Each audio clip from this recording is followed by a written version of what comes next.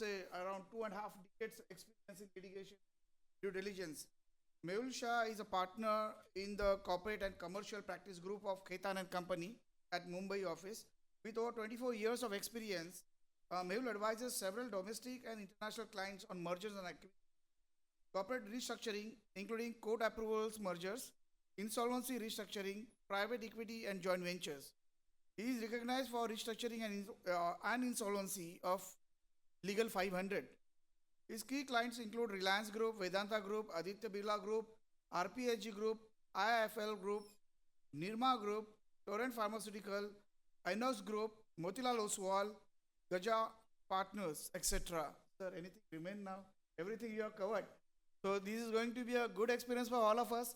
And welcome you, sir, for sharing your experience. Kindly welcome today's faculty with a big round of applause. And I request Rahul ji to felicitate our faculty with a token of our respect.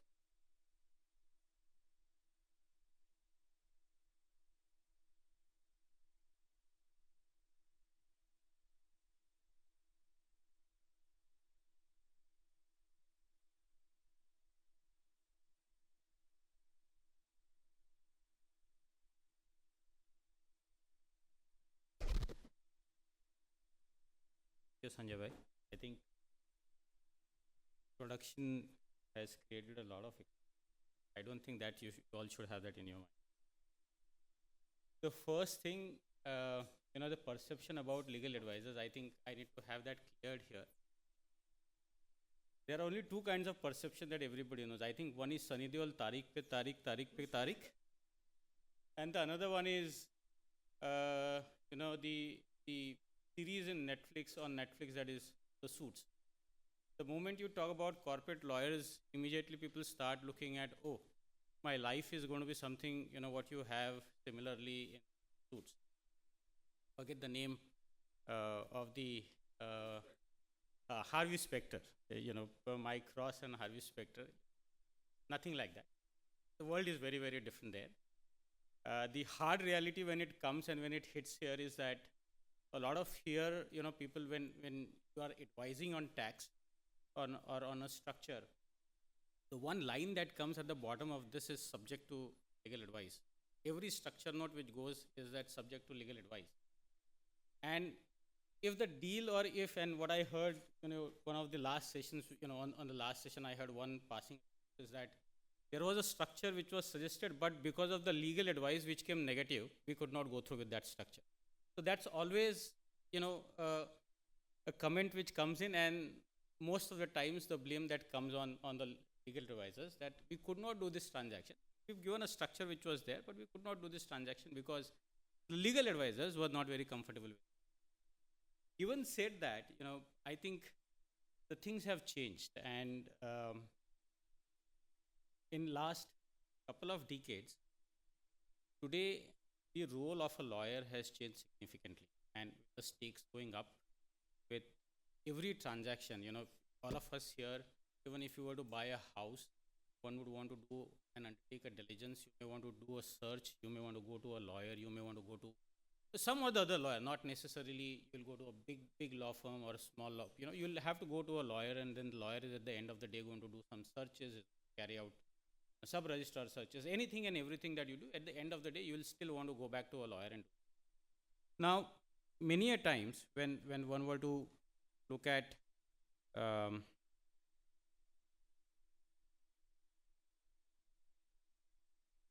the situation here, today the position is that you are not only required to advise on the law, you are also today required to advise on the commercial aspects of it. And as I said, the requirement is that I need to get this deal done, and you don't need a lawyer to say that this deal cannot be done through because of the legal advice. And therefore, the pressure today is more on a lawyer than on anybody else to say that how this deal should be done. Now, in all these larger transactions, how does it happen? At the end of the day, the lawyers are used, and when we start any exercise, any structuring exercise which is undertaken, the lawyers are the last leg where one would want to approach a lawyer and say, look, I would want to undertake this. or I want to undertake this transaction. And this is where we are right now. We have this structure. We would want you to analyze this. And there, because of so much of sector specialization that has happened, every sector has its own nuance, has its own dynamics to that extent. And therefore, what is required or what is being done today is that the business team actually sits with a lawyer today and explains that this is what I'm looking at. This is what I would want to do in this transaction. And therefore, you are now part of my team. And the lawyer then steps in as in a shoes of a counsel. He becomes an insider to that extent of that company. And then he starts thinking as a businessman, as an in-house of that company, and he has to undertake that exercise at that point in time. And at the same time, he has to also be meticulous, because please note, the advisors would give a structure and they will move out. At the end of the day, it is the document that the lawyer would be writing it that will be tested before the courts of law in the event of any difficulty or in the event of any issues that arise at the end of it. And therefore, he needs to be also very, very meticulous when the document is going to be written. That meticulousness is also not only required to be as part of his drafting. He has to be also be very, very meticulous when he is going to undertake certain exercises, including negotiations, all from that point of view, because he is required to look at that I need to get this deal done. I am not here to break a deal, but I am here to get the deal done, but in a manner in which his client or my client is wanting to get this deal done. Generally, what is the life cycle of a transaction? And yesterday you would have already gone through how does a deal is undertaken, in all those sessions yesterday. So, just very briefly, I would want to run past this is that upfront, it is the principals who would sit together and decide.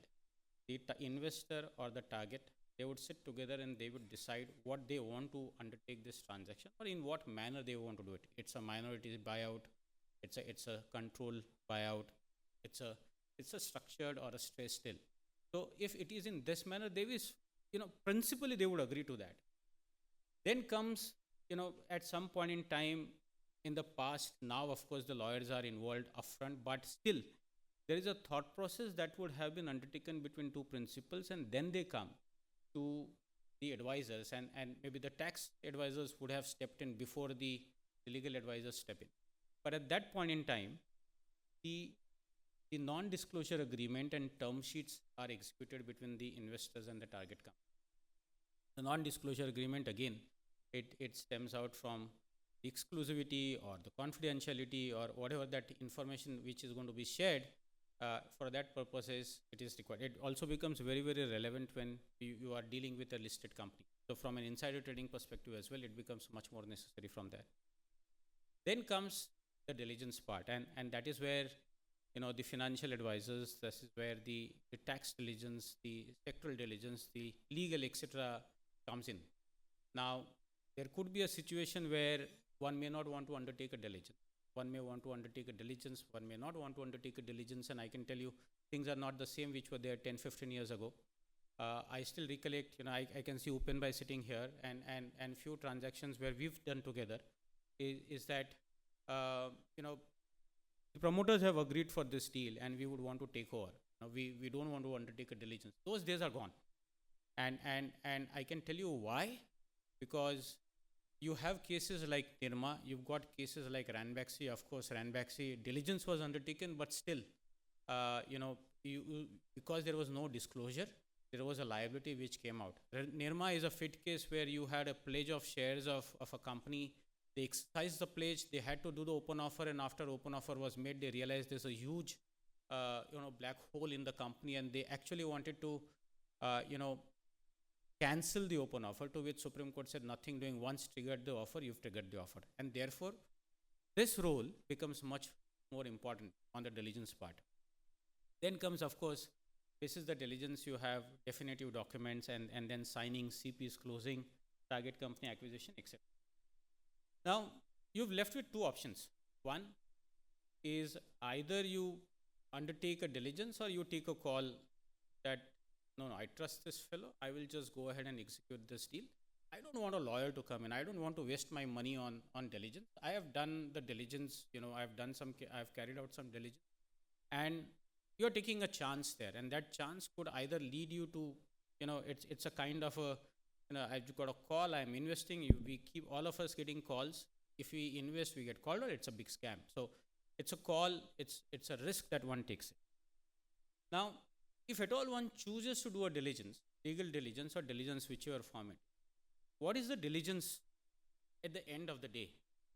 While Wikipedia talks about is a term used for a number of concepts involving either an investigation of a business of a person prior to signing of a contract or an act. Ultimately, you are basically coming back to the concept that you have in Sale of Goods Act, that a buyer beware. And this is a concept not coined now, but it was as good as 1870s when the Contract Act was formed, or the Sale of Goods Act, of course, when amended in 1930s. The buyer beware concept was always there. That's also very, very common in the tortious law, in equity, and therefore you have to be very, very careful. Once you've bought it, it is your headache. And therefore, today, even when we buy anything, a smallest of the smallest thing, we think twice before buying it. And that's the reason, because it is ultimately going to be, you have to live with it.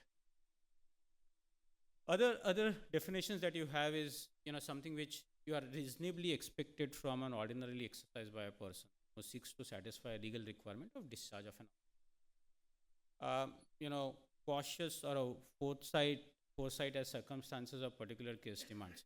Depending on how and what you want to, undertake, or any transactions you want to carry on, will all depend on what is the nature of diligence you want to undertake.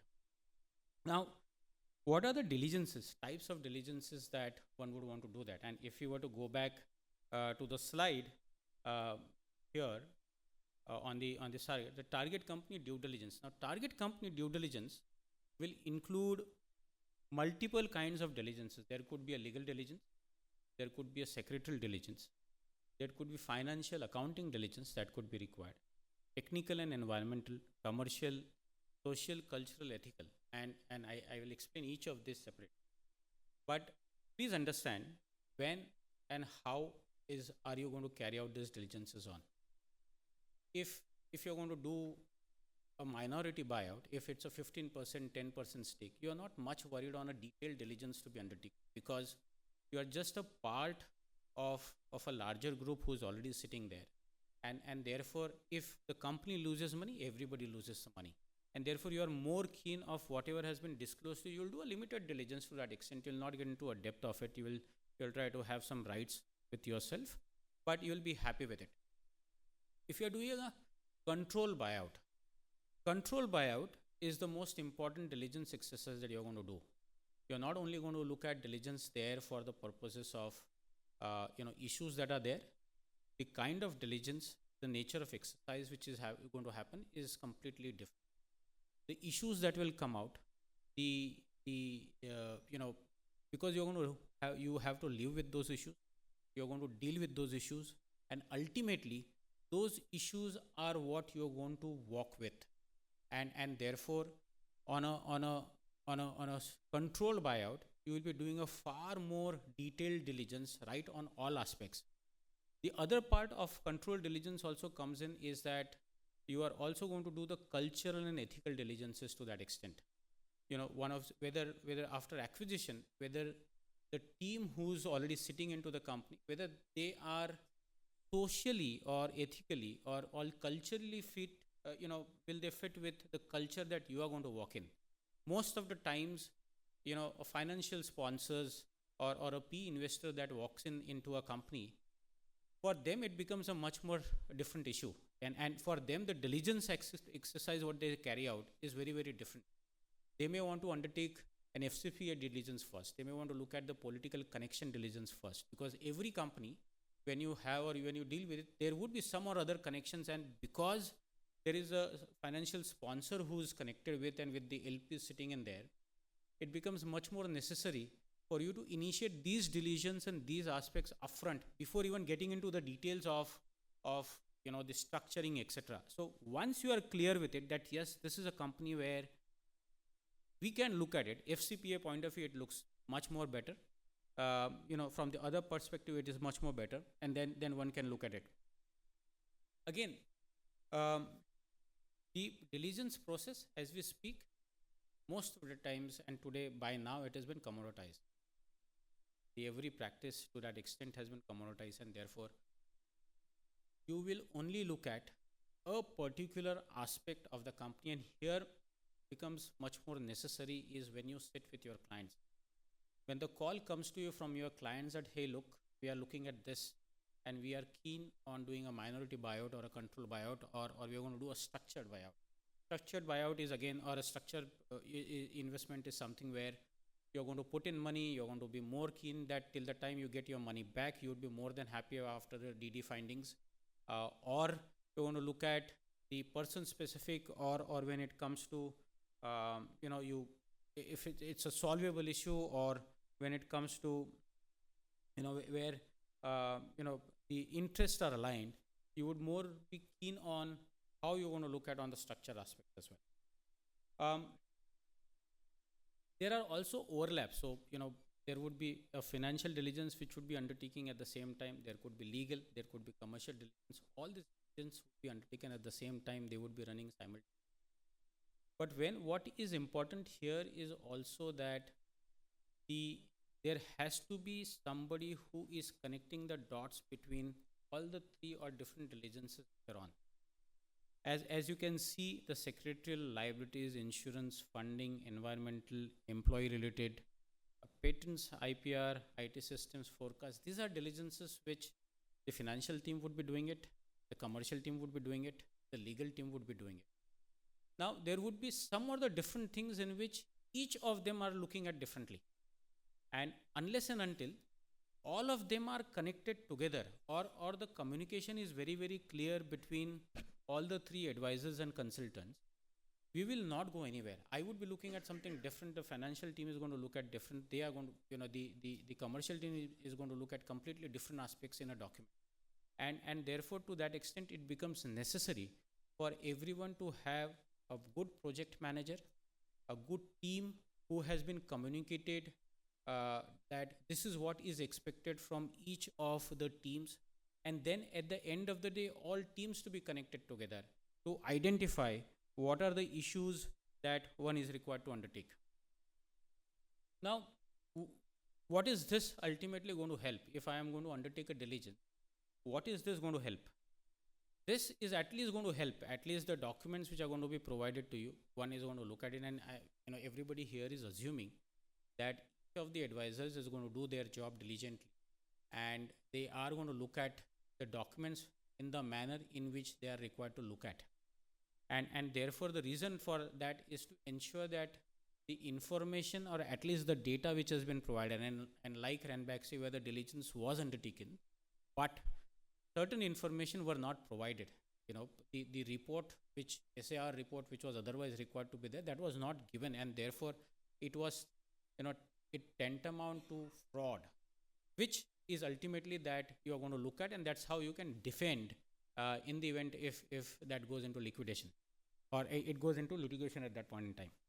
So, to enable the company to take a decision on, because the diligences can shape your transaction, they can cancel your transaction, or they can revise or restructure your transaction. And we can tell you, one of the transactions that it comes to my mind was, something we were trying to advise a transaction.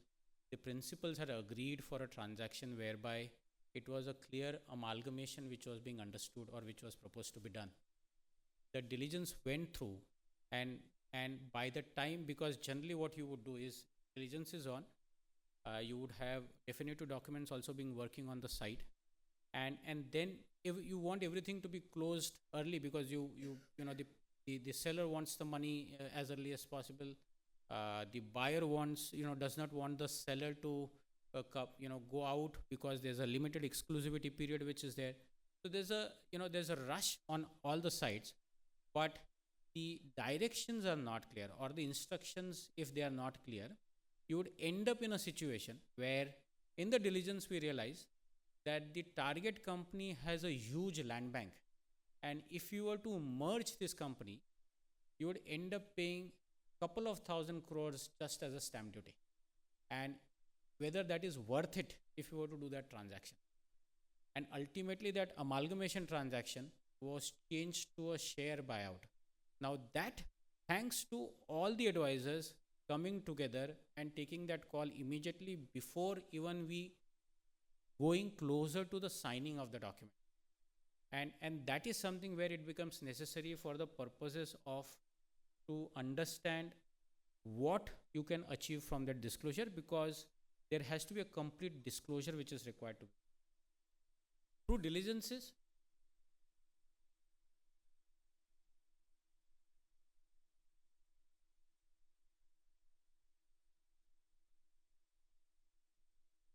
so that is always going to happen, because see, there, at the end of the day, definitive documents, the diligence is done.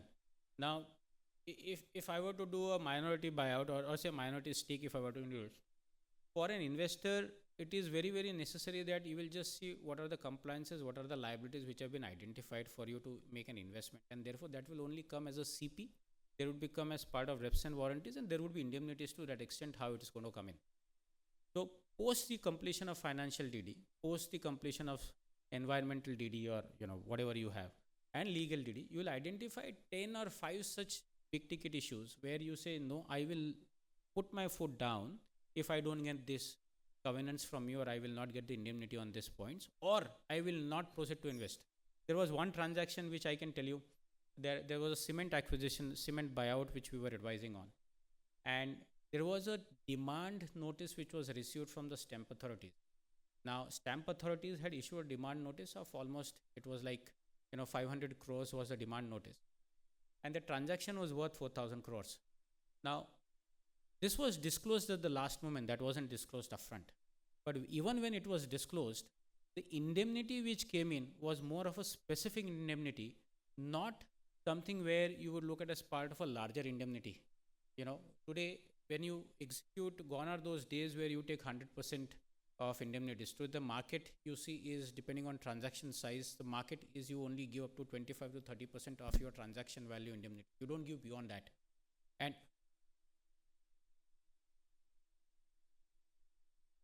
it does, because specific indemnity is outside the de minimis and the buckets that you exit. Specific is irrespective of that, you are still required to make good this payment. And therefore, that's how you will be looking at it. We did not create an escrow, we took a pledge of listed company shares. And we took a pledge of listed company shares of, almost 2x of the value. And of course, the demand was set aside by the High Court. We got a finality of it, and only then it was released. But that is a DD item which is going to be picked up. And that is how it would be structured to that extent. They also, the diligence will also be undertaken for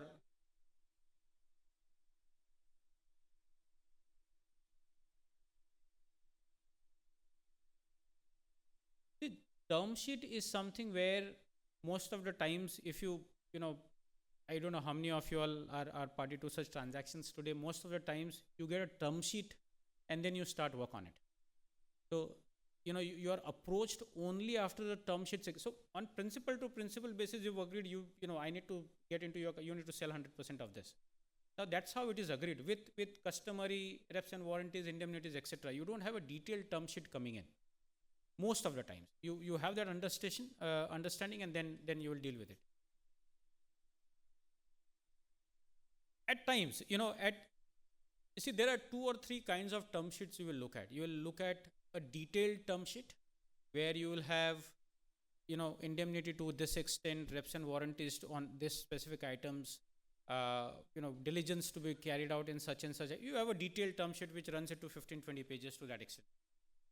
You've got a term sheet, 2-pager term sheet as well, where you just in principle agree that I'm going to buy this company, you are going to sell this company, we will appoint, subject to customary diligences, subject to customary terms and conditions, and with a price, you will have an estimated price agreed there, subject to all the diligence. The second type is you have this 5-6 pager term sheets where you agree for, it's more of a P term sheet where you have your affirmative rights provided in such a document. But again, it is subject to customary term sheets. The pricing is not agreed. Even in principle, pricing, etc., is agreed, but not an detailed one which is not there. Then it also comes in on the determination of the advisability of the transaction, how you would want to advise on the transaction. The benefits and liabilities of a transaction by, how are you going to help on that? And structuring, negotiating and structuring. So structuring is one of them, which I said, from a merger to a share purchase agreement, this got changed completely because that's how the diligence helped that, oh, you cannot do it. Not necessarily when a promoter to promoter speak, they would not appreciate the fact that there could be a 5% or a 10% stamp duty. If you go to Chennai, there's 11%. If you go to any other state, it's 7%. You go to UP, it's 8% of stamp duty on transfer of immovable property. You take a scheme, you will end up paying stamp duty in each of the states because there's no logic, there's no consideration determined, and it's a huge mess when it comes to a merger and stamp duty payable in multiple states. So it's something where it's a complete no-go when you're looking at that kind of a structure. It of course helps you in determining the representations and warranties.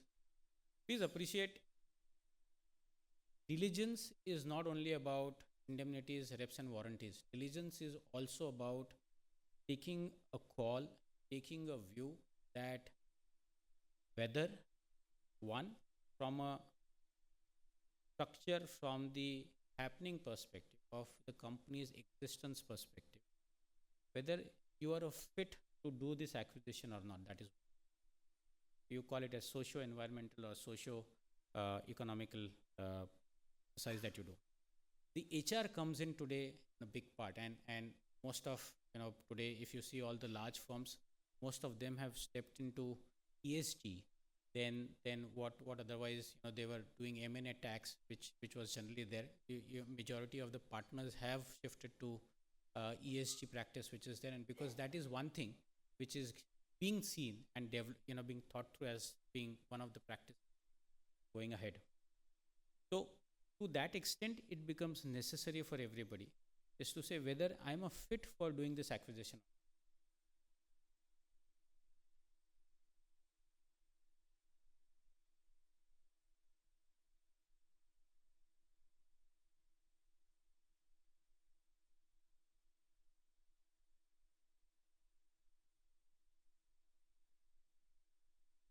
Correct. So that's again part of the moment you complete the diligence.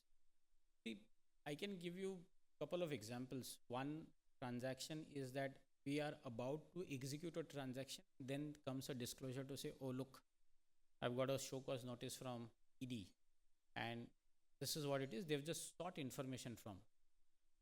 It all depends after analysis whether you feel that you are in a position to still take that call or not take a. You have examples in front of you, and because it is in public domain, I can say that when JSW acquired Bhushan Steel, you can see a Supreme Court order.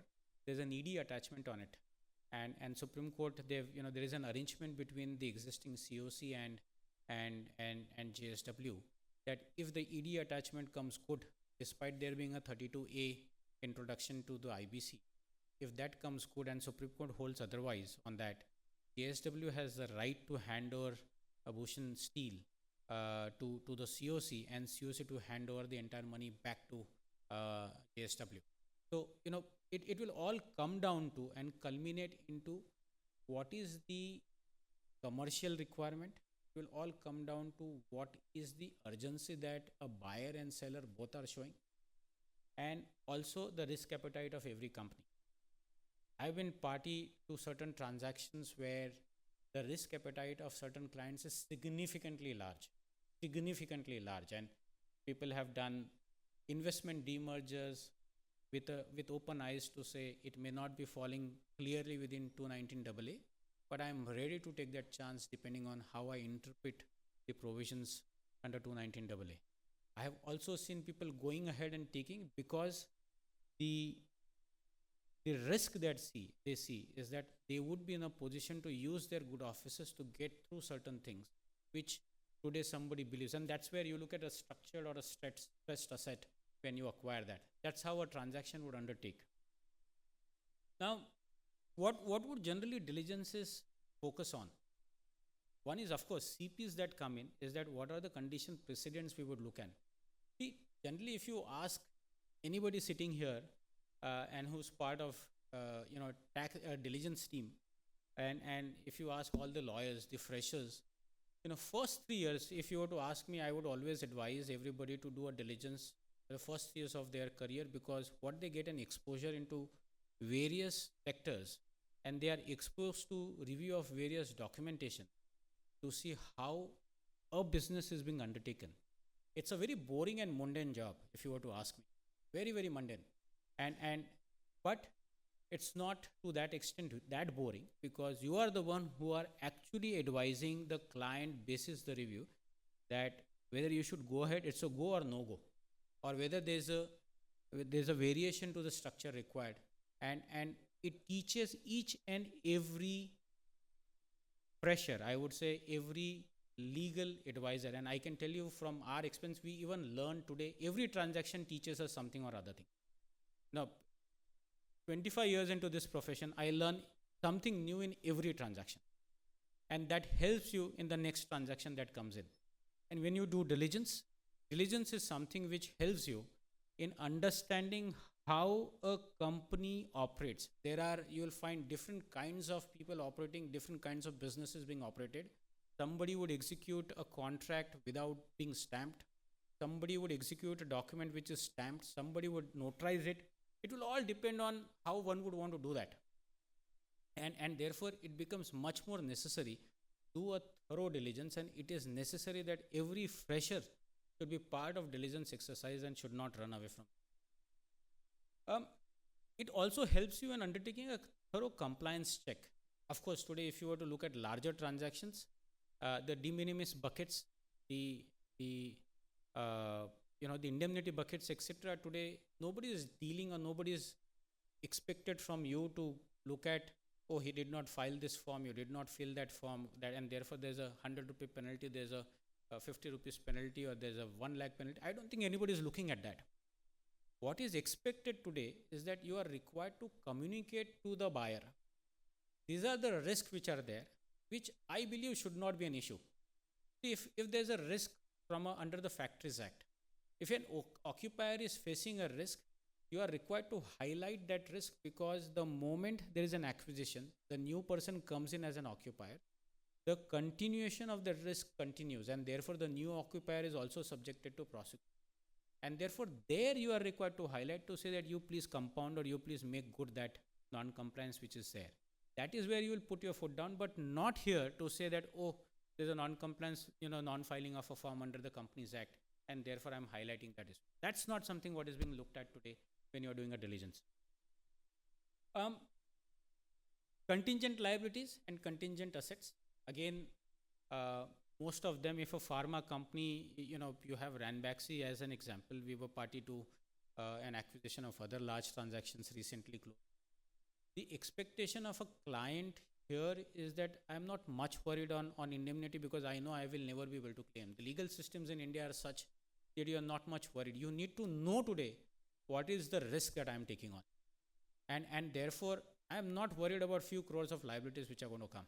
If I'm going to acquire an asset which is 6,000 crores, I'm aware my appetite is 50, 100 crores is here and there. I'm okay to take this, because I'm never going to go and recover that money. Plus, the de minimis, today you have at least 1% de minimis of that transaction. So if you were to look at, unless and until you have a bucket which is worth 60 crores, you're not going to you don't even have a right to go and claim that amount. And therefore, you don't look at these minor issues. The materiality thresholds today on a transaction is very, very high. You are therefore required to evaluate those aspects very, very differently. Now, also, it all depends what is the nature of transaction. So, if somebody were to say, another transactions that we look at, if the instructions are that it's going to be a buyout, and therefore it's a share purchase deal, your evaluation of a contract is going to be very, very different than if it's a slum sale or a demerger of a transaction. Because when you are doing a demerger or a slum sale transaction, the assignment provisions are completely different. The contract, when you do a diligence for an acquisition, you are doing a diligence for change of control provision. But when you do a diligence for a slum sale or when you do a diligence for demerger, your evaluation is not only change in control but also assignment of contract. Whether the contract can be assigned or not. And therefore the instructions to that extent is should be very, very clear when you are looking at a diligence transaction. Now, where is the diligence required? If you were to ask me, every transaction should have some kind of a diligence to be undertaken. The depth of that diligence, how you're going to do it, what you're going to do it, would depend on the nature of transactions that you're going to do. But generally, if you want to start a diligence exercise, in joint ventures, you want to obviously do a credibility of your joint venture partner. What is the credibility of that partner? Whether he's really, jo dikhta hai wo bikta hai, that is there. But, not always that glitters is gold is also the phrase that you have. And therefore, you need to do a thorough check on your JV partners as well. Also, whether the capability of the JV partner on contributions of, whether he would be really capable enough to contribute as part of the JV, as and when you make him as your partner.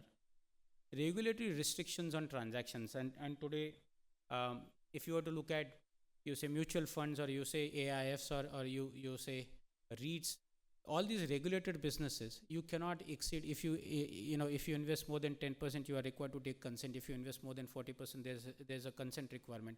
There's pharma, there is insurance. All these sectors which are regulated sectors, you are required to undertake that if there is a transaction which is going to happen, whether there's a restriction, regulatory restrictions which are provided for it.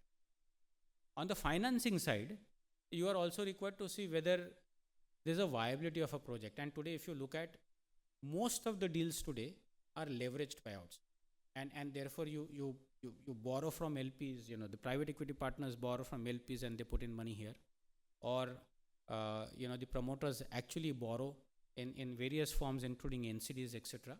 And when they borrow that, so therefore your viability of the project is also required to be seen from the standpoint of the financing.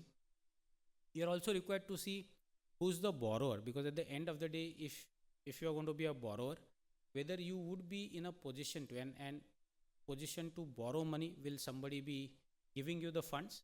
That is the second test which happens, because from a seller perspective, and I can give you examples when the evaluations happen. If there are bid processes, and in the bid processes, if there are multiple bidders, even if my bid could be a better bid, but if I have somebody who is 5% low and his bid is, because I look at his credibility and his ability to make the payment or even get from the market, if he's good credentials, I would still want to go ahead with the 5% because I don't want to take a chance on somebody who does not have a good credentials in the market. And therefore, evaluation point of view, even this comes into picture. Also, as a borrower or as financing, when you are doing this, you will also evaluate whether he will have the debt servicing capability or ability to do that. Most of the transactions that we see, there's a JV or there's an SPV created. SPV is then SPV borrows and then acquires shares. At the end of the day, you are of course going to merge SPV into the target company so that the target is going to service the debt. But all these evaluations are done as part of the diligence exercise when you do this. Listing of securities, if there are securities which are listed companies, you are going to do what risk factors are required to be provided in the offer document. The permits, licenses, what are you going to get it, litigations, etc. to that extent comes in.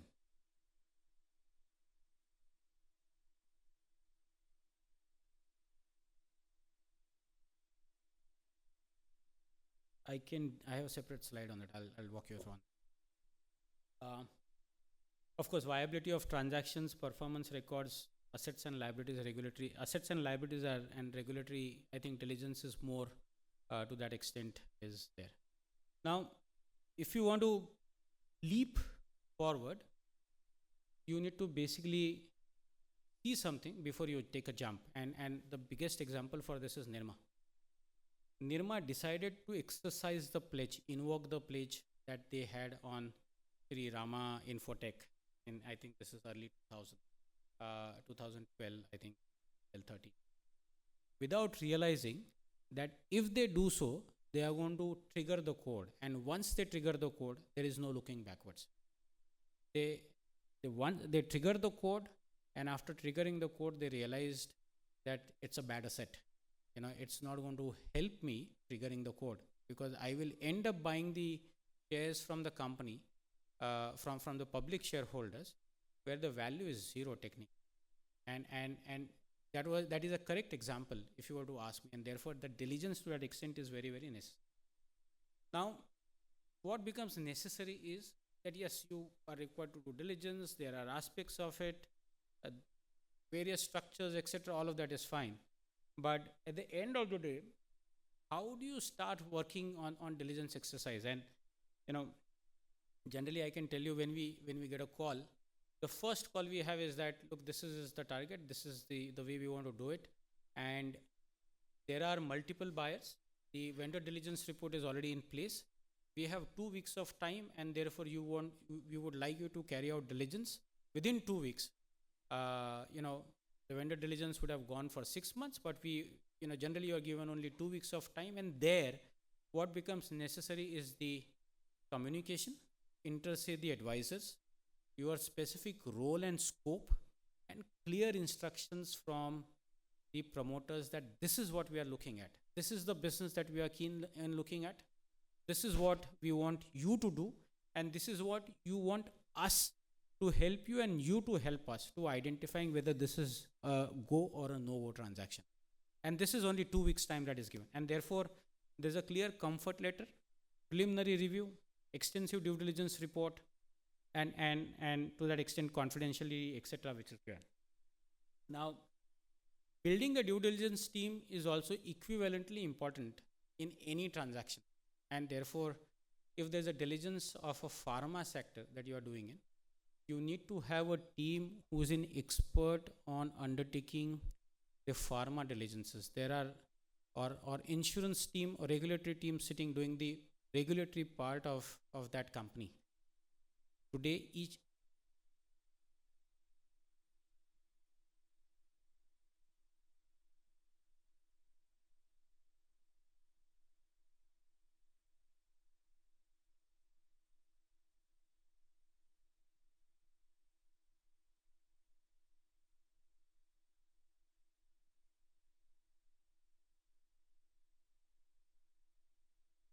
Sorry, I did not get the question.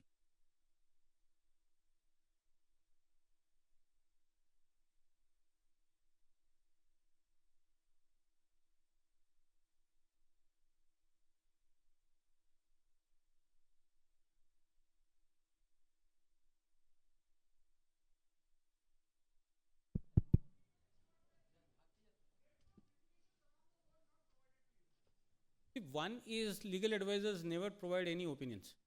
You give them the facts, on the basis of facts they advise. They are not going to go and you'll find the opinion one page would be full of disclaimers. It is going to be equivalent to whether you, at the end of the day, we only evaluate facts.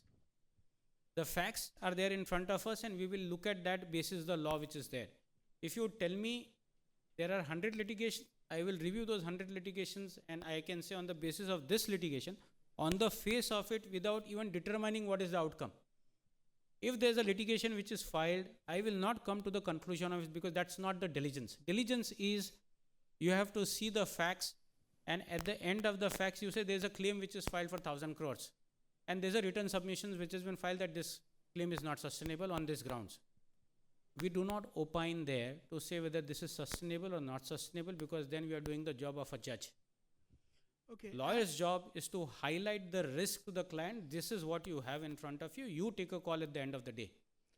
And so 29A compliance is, at the end of the day, it is the applicant, the resolution applicant, who files an affidavit communicating that they meet all the conditions and therefore they do not fall within the they are not something which is in violation of 29A, and therefore they are compliant and they are eligible resolution applicant or the bidder to that extent. The certification, you will find most of them are given by valuers or advisors, but you will not find a lawyer giving a certificate to say that you are a 29A or opinion that 29A confirmation. At the most, lawyers can give an enforceability opinion to say that basis this is enforceable in India. Beyond that, lawyer will never opine on the fact. Sir, and one more question. Now, if 1,000 cases are given to you, and there are some another 200, 300 cases or anywhere in the world which are hidden, is there any way of finding out those cases by a legal team? Maybe it's outside the scope of due diligence, possibly it goes into forensic area, but is there a way of finding out? Generally today, you have detailed checklist, etc. One can prepare, share for diligences, etc. But at the end of the day, whatever information is given to you, you do that. You also start your homework, thanks to Google, thanks to other search engines that you have. You will initiate the diligence at your end. While there's a general 25-30 page checklist that you're going to share with the clients, and that is then shared with the target company, and they will upload information what they want to upload. See, you would have seen more often than not, the important contracts or important documents are only given to you when you cross second stage. Stage 1 is the first bid. Second stage is identifying top 2 or 3 bidders which are there, and then in the third stage you are then provided with certain informations in relation to those documents where they believe that you could be one of those exclusive ones. See, even those all 3 do not get it. Basis negotiations, they will share this information with you. So, you are doing your own exercise at the same time, and you have reps and warranties, you have indemnities, you are going to cover it there. And see, there is a disclosure letter. In addition to what you do here, there is also a disclosure letter which is there. The disclosure letter generally talks about that this has been disclosed to you as part of diligence exercise. Now, UK, you will generally find English law, a dump of data room is also taken as a disclosure letter, vis-a-vis Indian law, where you generally do not accept the data room as a complete disclosure. And the reason for that is, UK, you can still have a right to claim, versus the right to damages in India is completely different than what you have in UK.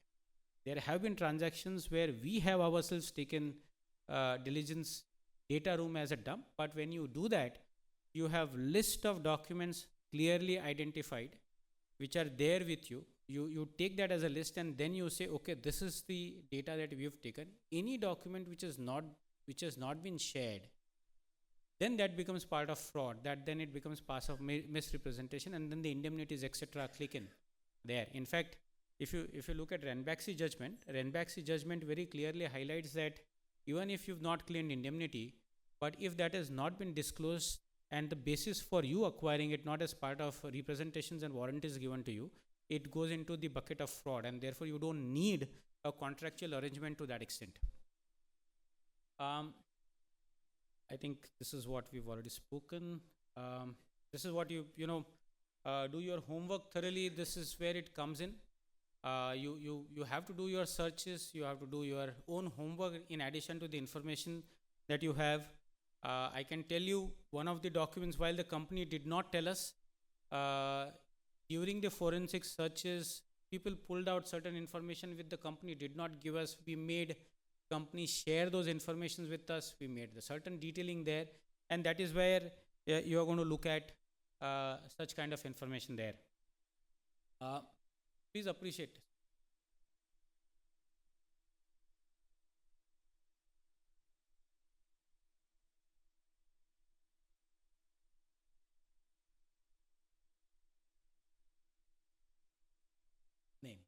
Sir, I think that's where bar counselors come heavily on them, saying that the platforms cannot be operating as legal advisors to certain things. So one is, yes, there could be some IT players who would be doing a data collection, or they would be having the checklist which is there, but generally lawyers would not be taking assistances from them, because at the end of the day it is the lawyer's neck on the line, and they would not take support from external counsels. Yes, there are like company secretaries. If you have to do ROC searches, if you have to do stock exchanges searches, filings, etc., you do take help from outsiders, but you still do your own checks and balances at the end of the day. The risk is very, very high compared to, and in today's world, with competitions being around, and I have seen for a fact top 4 partners, partners of law firms had to leave the firms because they missed out on certain things, and it is so tight when it comes to the analysis, and you cannot miss out on anything, and the ultimately your neck is on the line. So nobody is going to take that risk. I think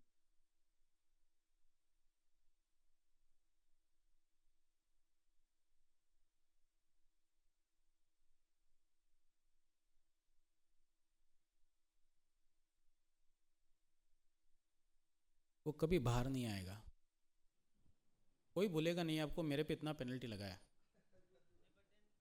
You see, it is both ways. It cuts both ways. If this is the thing which comes out, frankly, you're a human, and it is possible to, it is possible that you may end up doing something, some errors. If human will not err, who will err? And therefore, if you start doing this, and if these things come out, penalties are imposed or certain things are done, then the situation is that nobody will join that firm also. Please appreciate that fact. If this is what is going to happen, nobody is going to go to that firm, and therefore these things will never come out. If at all there is something which I don't know. Sorry, there was someone.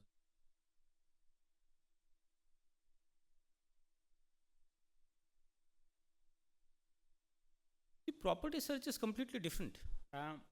In fact, if you see the legal diligence report, you'll always find that we haven't done property searches. So yes, legal diligence for properties, it is a kind of a diligence exercise of an immobile property.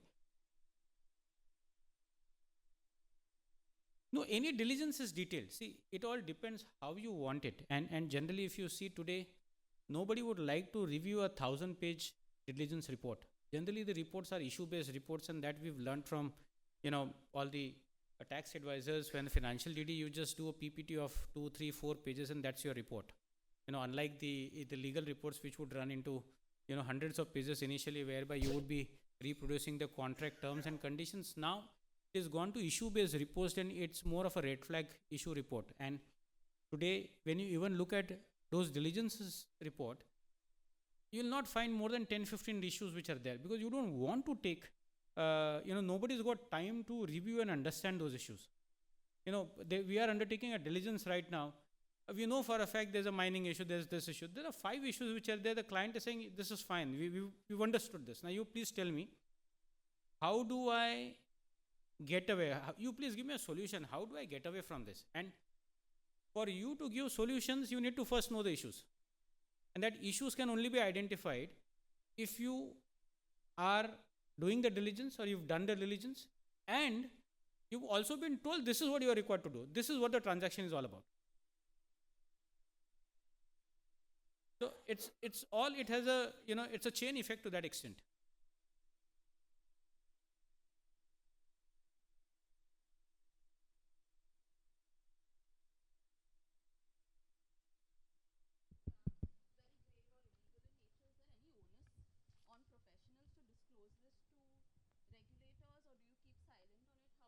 No, the reports are very, very clear.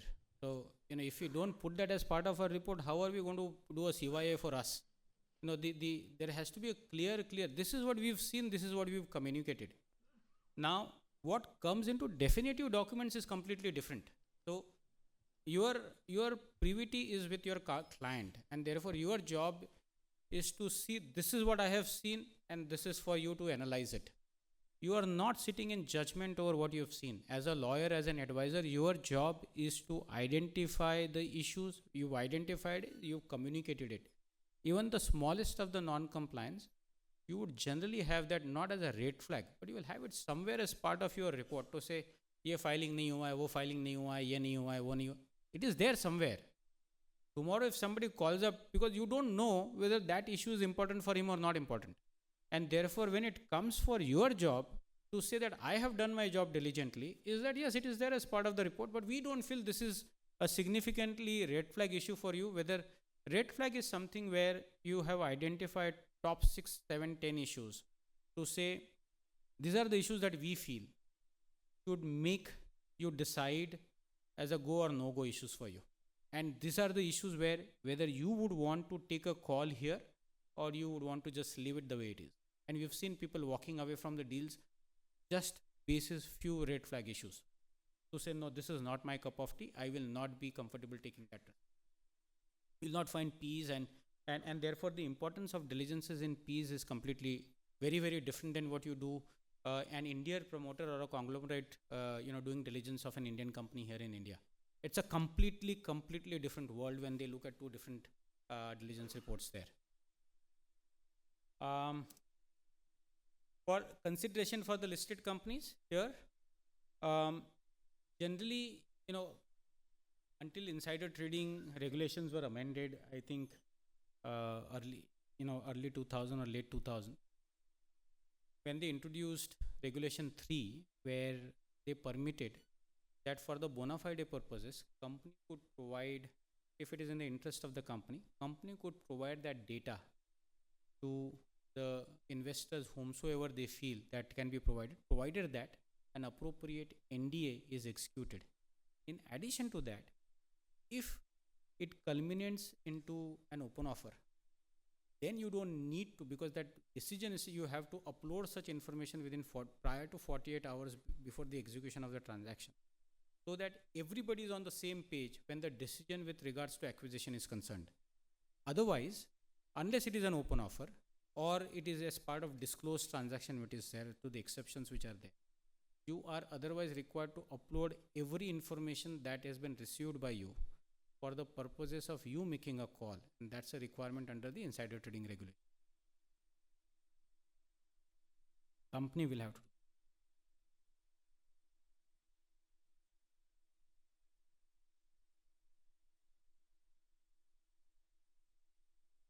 So you are the buyer or advisor? If you are the buyer, you may receive whatever. The job of the company is to disclose all the information that you have received. What company discloses is not something that we can discuss here. It is the company's call what to disclose, what not to disclose.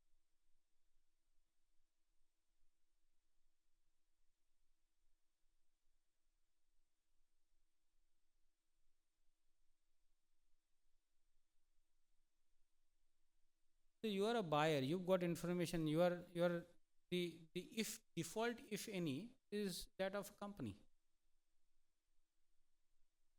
Correct. So you've got an information basis UPSI. The job was of company to upload that information. You have acted on the basis, on the bona fide basis you've acted. It is company's job that if there is any non-compliance, it will be that of the board of the company and not yours.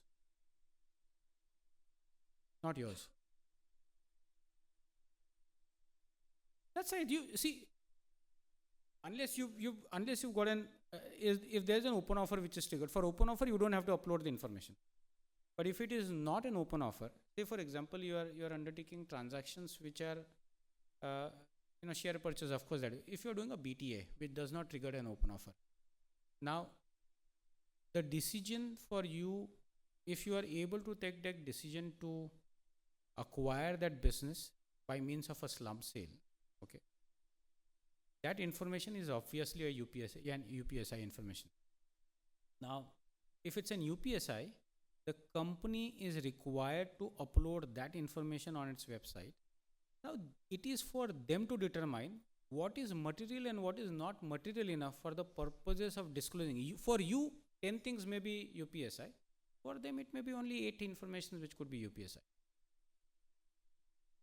And you will never find that information uploaded something where you can trace. I don't think I have ever been able to trace informations where they have been uploaded. And it is uploaded only for a week or month, not more than that. You'll never find that. Um, in a generally, when you conclude the diligence, you are it's an ongoing exercise, and somewhere you have to still put a cutoff date. You have to conclude that to say beyond this, I'm not going to look at. Otherwise, that's an inflow. It will continue with the information which is there, and therefore there has to be a clear cutoff date in your report. You are required to, you know, coordinate with the teams, prepare reports addressing main areas and exposures, red flag issue reports, etc. And then at the end of the day, what becomes necessary is clarity of your communication.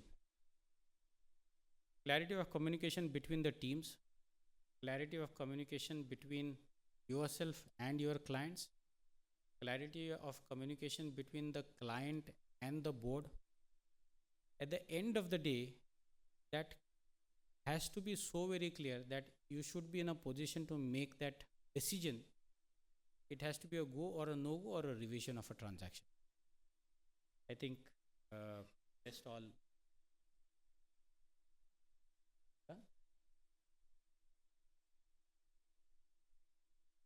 So at the end of the day, the report would generally end in the form where you are validating the assumptions that you have, getting to know the target and its business.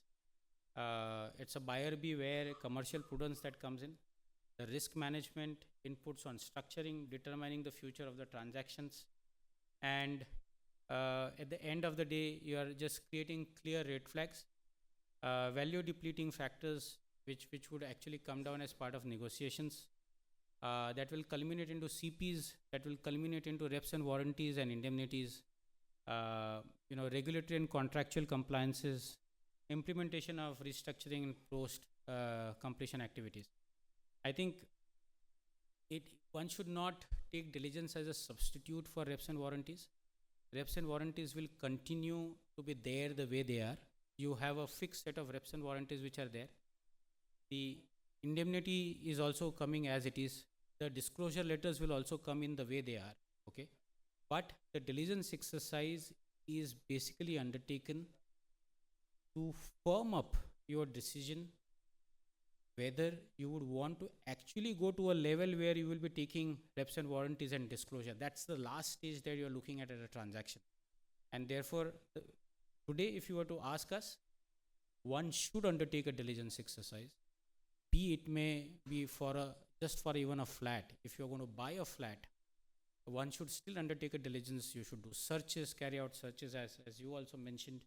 Searches at the registry. You should do searches at the High Court. Today, because of the apps and everything which are available, you can virtually do search. You can just put a name. You can do searches in each and every NCLT, High Court, district courts in India, including Supreme Courts, of that entity. If there are any litigations in relation to a company, you are able to do that. And the forensic teams are very much equipped to do such exercises today. And if there's any member team here, they can vouch for it. The business is flourishing. So question.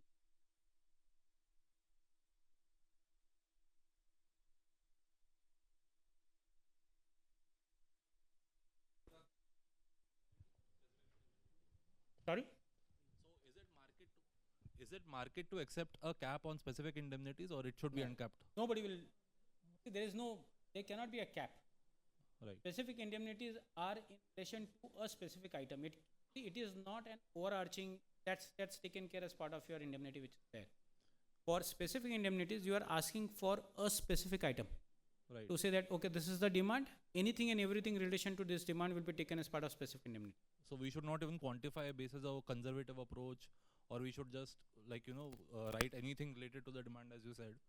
Is that something what is taken usually? Quantification may not be possible, because if you quantify, then the whole concept of specific indemnity goes away. Okay. That's always going to be an open-ended, because you don't know what that liability is going to come up with. Yeah. And sir, second question, you mentioned that in legal diligence reports, we don't opine on the issue, but is there a risk rating given for the issue? Sorry? is there a risk rating given for the particular exposure? Yes, it would. See, generally, it would be there, but you don't conclude whether this is going to go in your favor or not go in your favor. See, generally, when it comes to litigations, even when you do a tax diligence, you are not going to conclude that the demand which has been raised by tax officers are sustainable or not sustainable. Yeah, but we give a high, medium, low. So High, medium, low.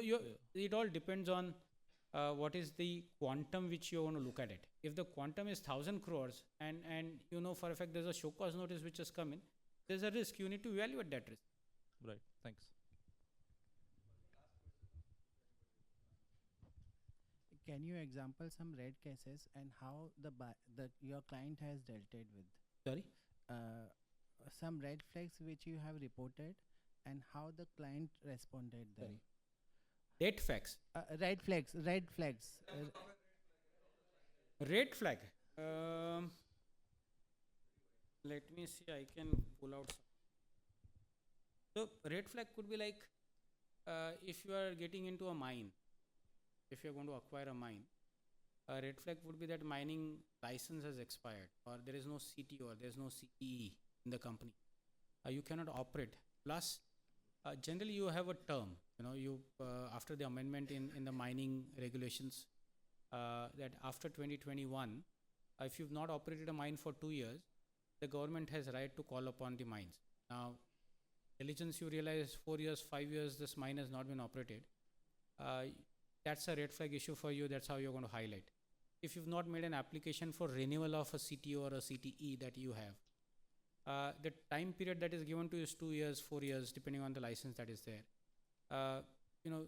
There's no renewal, then you are going to highlight a red flag that, oh, this is where you have. You have an ED attachment to something. You're going to say that that's a red flag. And depending on the sector, like pharma, if you have a show cause notice received and from US FDI, you are going to have that's a red flag for you. If there's a lease agreement, which you are significantly large lease agreement, that lease agreement, and if you're going to assign the lease, it is subjected to the consent of the lessor. You cannot assign the lease even under the schemes without the consent of the lessor. Now, if that lease does not go through and you've effected the scheme or you've effected the transaction, you are stuck. And therefore, that becomes a CP. So, these are red flags. There are certain which are CS, there are certain CPs, condition subsequent, condition precedents. It's all depending on the transaction and the nature that you're getting.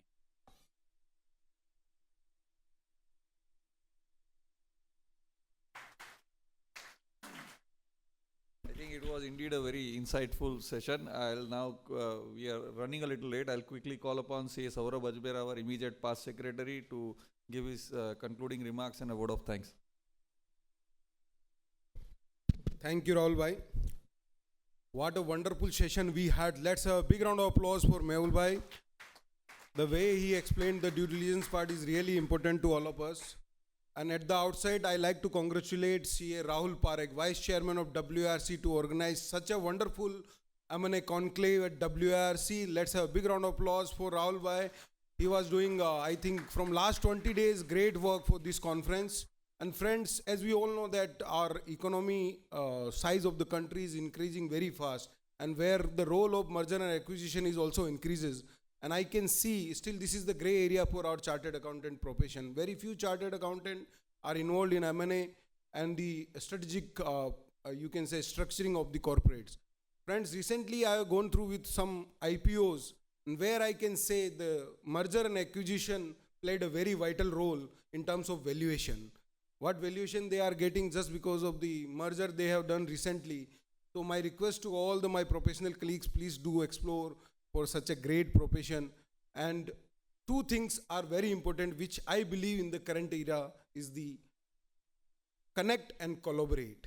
First, we have to connect through the networking, and where the role of WIRC is very important. And that is why we are organizing various programs for your connection to your professional colleagues. And then friends, collaboration you can do as per your wish with your professional friends. So my thanks to all of you for joining over here. I like to thank our speaker of the session, Advocate Mehul Shah, for a wonderful session. And one thing also I want to highlight, friends, I believe that my professional colleague, or you can say regional council colleague, is already announced for 23rd and 24th regional conference. But one important aspect which want to highlight for this regional conference is that first time ever we are coming with a new concept where live pitching session will be there for the investment of private equity, private placement, pre-IPO placement or IPO investment like that. And we have already received the confirmation from the big investor like Sunil Singhania ji, then Khemani ji also, and we are planning to have Vijay Kedia ji, Ramdev Agarwal ji in this live session. So my request to all of you, you can also share with your client that if they want to have some investment from the big giants, they can come over there in regional conference, they can showcase their company over there, they can pitch for the investment part. With this, thank you very much for joining over here, and we'll have, I think, 30-minute quick break for the lunch. Again, we will assemble here by 2:30. Thank you very much.